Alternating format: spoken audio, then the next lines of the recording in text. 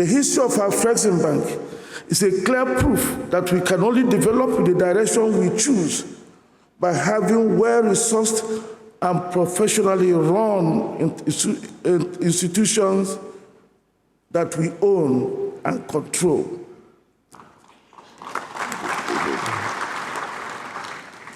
Dr. Babakar Ndeye said this as a hypothesis in 1993. Today, I present Afreximbank as a proof of that hypothesis.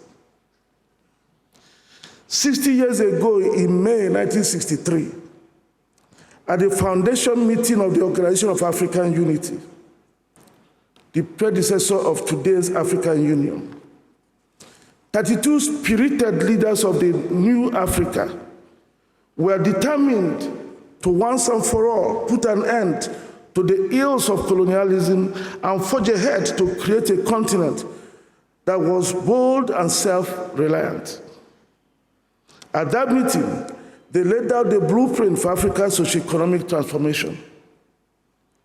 If you go to the records, you will see what they set out for themselves. And I will list their priorities. They wanted to establish a free trade area among the various African countries. They wanted to establish what they called at that time a Pan-African Payments and Clearing Union. They resolved to establish a common external tariff to protect the emergent industries and set up a raw material price stabilization fund. They also wanted to develop trade among African countries by the organization and participation in African trade fairs and exhibitions, and by granting transport and transit facilities. And finally, they wanted to progressively free national currencies from all non-technical external attachments and the establishment of a Pan-African monetary zone. Your Excellencies, distinguished ladies and gentlemen, for 60 years, this well-articulated roadmap remained a map and gathered dust.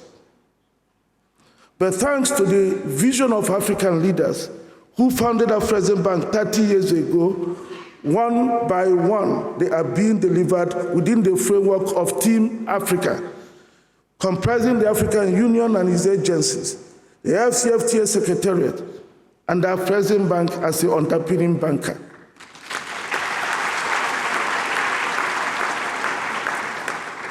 So today, the Pan-African Payment and Settlement System is up and running, which will save the continent $5 billion in intra-African transfer charges. It will also expedite and enable payments for intra-African trade in African currencies. It is now possible for a Gambian to buy Nigerian urea fertilizers using Gambian dalasi to purchase naira. For a young Ghanaian to pay for holidays in Seychelles using Ghanaian cedi. And for a small farmer in rural Zambia to stream her favorite Nollywood movie, paying for it in Zambian kwacha.